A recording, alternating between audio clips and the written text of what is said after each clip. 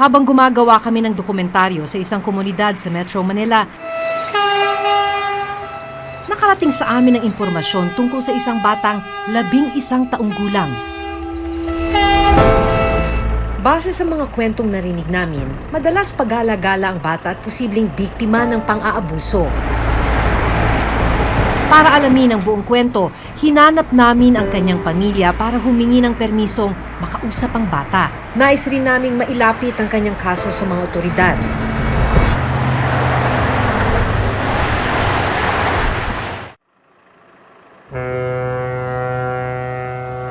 Sa gitna ng gabi, naabutan naming pagala-gala sa kalsada si Angel. Sa loob ng 2 taon, mag-isa nang binubuhay ng bata ang sarili. Nagala-gala po. Nangingingi na lang ako. Ilang pagkain. Dapat ay nasa grade 5 na si Angel, pero ni minsan, hindi siya nakapasok sa eskwela. Hindi pa po ako nag-aaral. Kahit kailan di pa po ako nag-aaral. Gusto ko po mag-aral kasi wala lang kami pang-aral. Pero bakit nga ba nag-iisa sa kalsada si Angel? Kwento niya, parehong nakakulong ang mga magulang niya dahil sa paggamit at pagbebenta ng iligal na droga. Sino unang nahuli?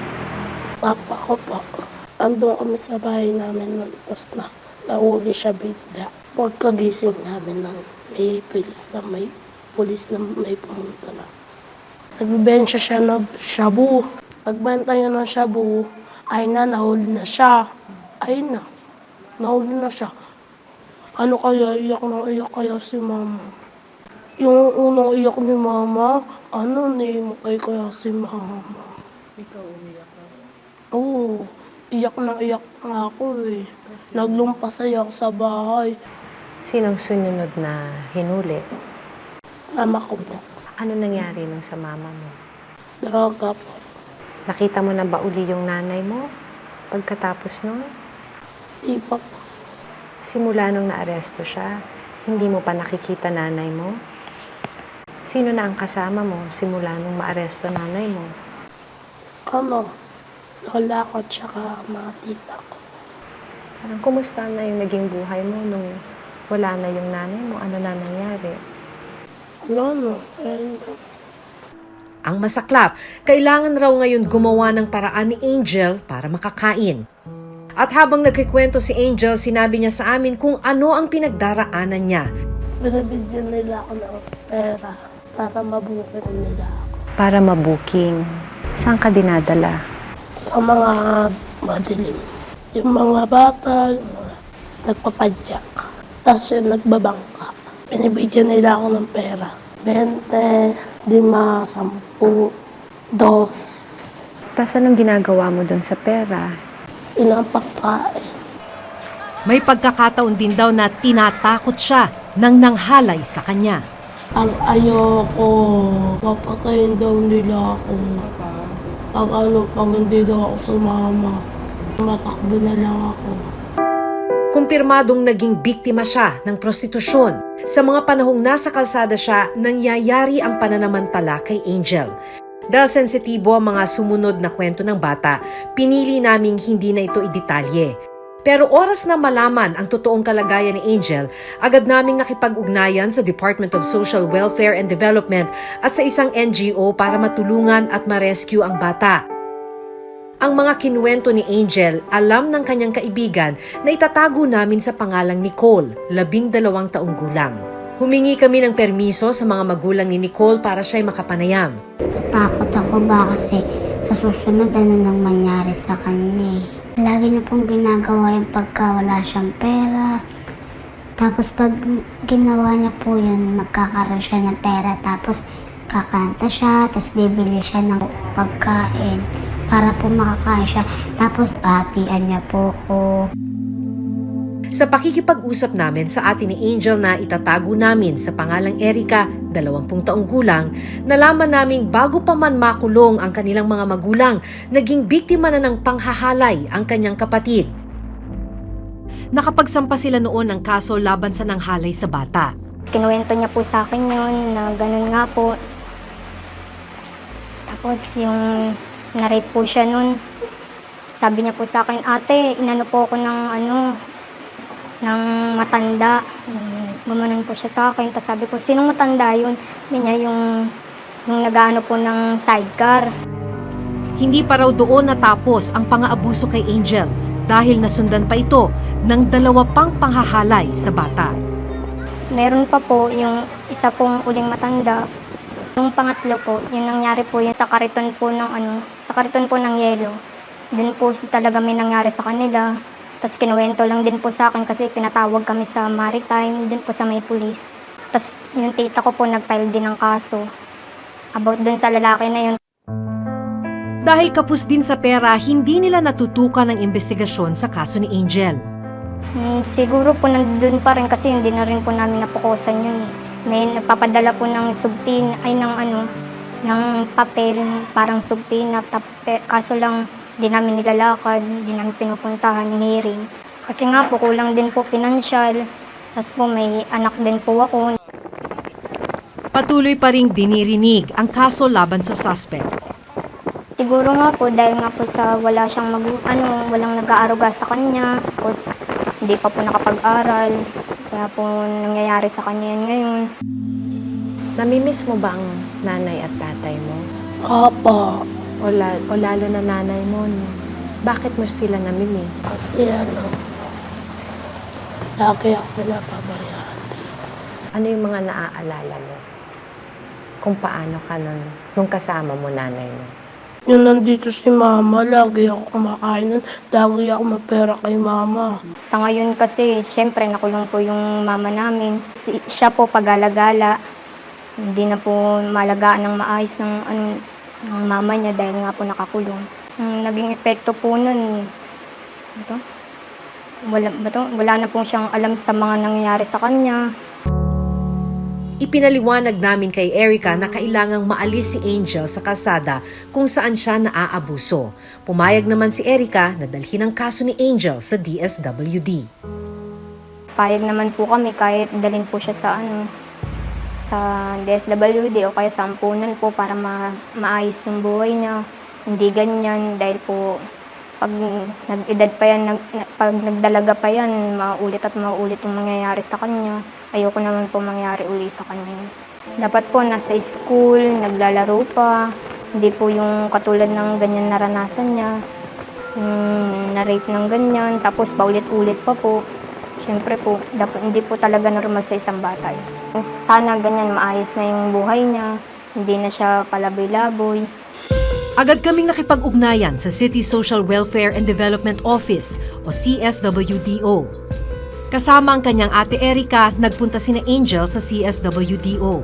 So kapag may mga cases ng mga child abuse which are proven to be detrimental and prejudicial to the overall development of the child, tinitingnan natin ang local government unit as the first responders in ensuring that the best interests of the child or the children are promoted and protected. Matapos nilang makausap at malaman ang nangyari kay Angel, nagdesisyon ng CSWDO na pansamantala munang kupkupin si Angel at hindi na muna ibalik sa lugar nila para mailigtas siya sa posibleng pang-aabuso. Hindi ka na pwedeng umuwi sa inyo kasi kung ganun yung nangyayari. Kasi pwede mo pang ulitin yun. Okay? Okay lang kahit ayaw mo. Okay lang kahit ayaw mo. Kami naman ang masusunod doon. Kasi para sa best interest mo yun, pwedeng umuwi. Kasi kung ganyan, na mahirap kang hanapin, tapos hindi namin alam kung saan ka na naman matutulog mamayang gabi. Okay? Kesa nag-aalala yung ate mo sa'yo. Hindi naging madali kay Angel na tanggapin ang desisyon ng social welfare assistant.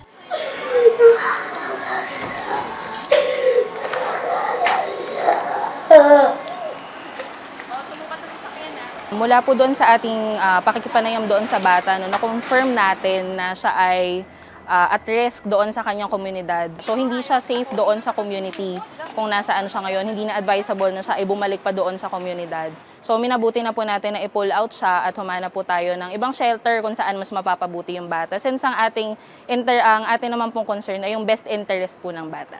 Because this might place or this might put a child or a victim in a vulnerable situation that can actually be repetitive and abusive in nature. So, kinakailangan nating maaksyonan yung mga gantong sitwasyon. Nandito tayo ngayon sa ECPAT Philippines. Bibisitahin natin yung bata kasi ito ngayon yung kanyang temporary shelter simula nung na-rescue siya.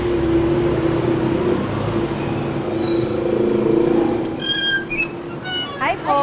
I'm Maki po from GMA! Kumusta ka na?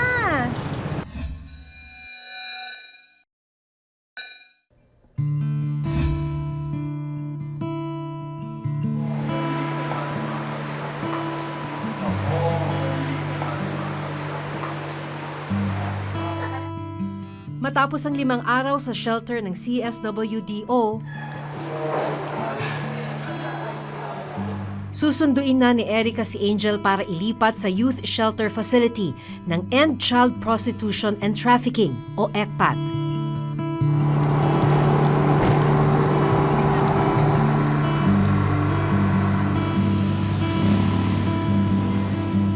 Ang ECPAT ay isang non-government organization o NGO na tumutulong sa mga batang babae na naging biktima ng pang-aabuso at prostitusyon. Upon admission niya, immediately yung intervention plan niya. So, ina-assess kung anong mga pangangailangan niya. So, matuto magbasa? Educational assistance, mapaprovide namin yun sa kanya. Medical assistance, legal assistance, most especially psychosocial activities para tulungan siyang mag-recover and mag-heal. Marami kayo. Ito na ang magiging bagong tahanan ni Angel. Nandito tayo ngayon sa ECPAT Philippines. Bibisitahin natin yung bata kasi ito ngayon yung kanyang temporary shelter simula nung na-rescue siya. Kumusta ka na? Hello po.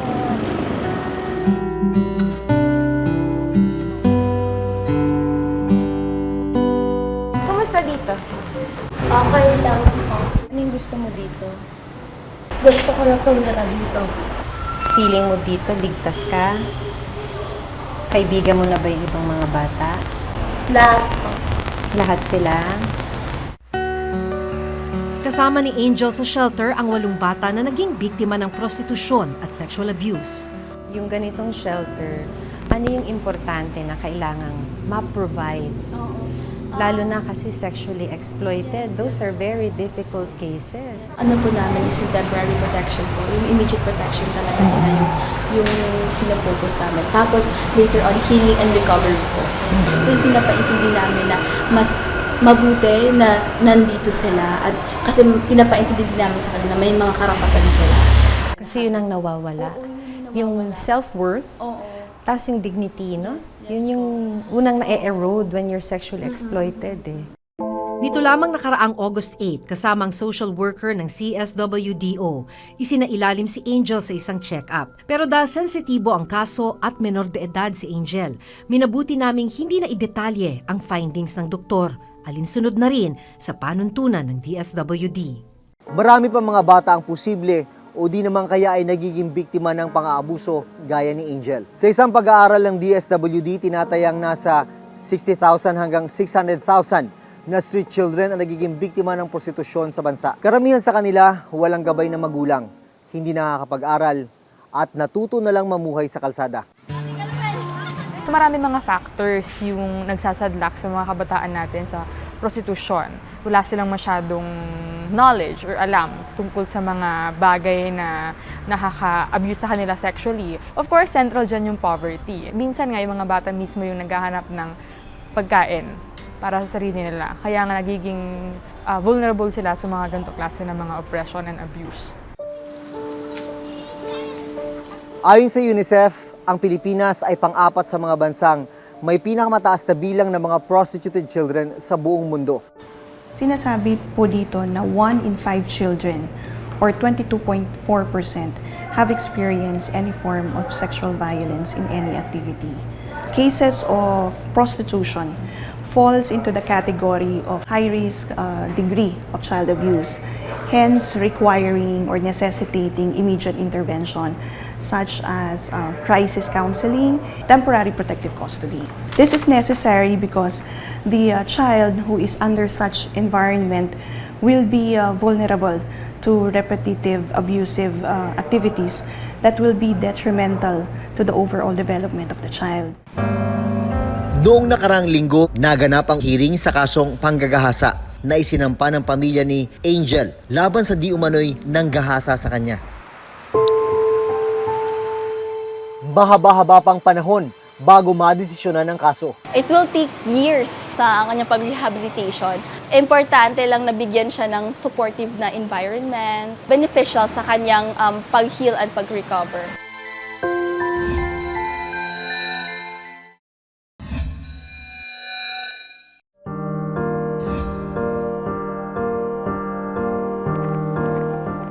Sa loob ng ilang taon, naging pagala-gala si Angel. Kasada ang kanyang naging tirahan. Ang masaklap, dito rin niya naranasan ang maging biktima ng pang-aabuso at prostitusyon. Gusto mo pa bang bumalik sa inyo? Bakit hindi? Ayoko na. Gusto mo rin mag-aral? Gusto ko maging doktor. Pero ngayon, sa wakas, uuwi na siya sa isang bagong tahanan. Kung may kakilala kayong batang nagiging biktima ng pang-aabuso at prostitusyon, maaring makipag-ugnayan sa mga teleponong nasa inyong screen.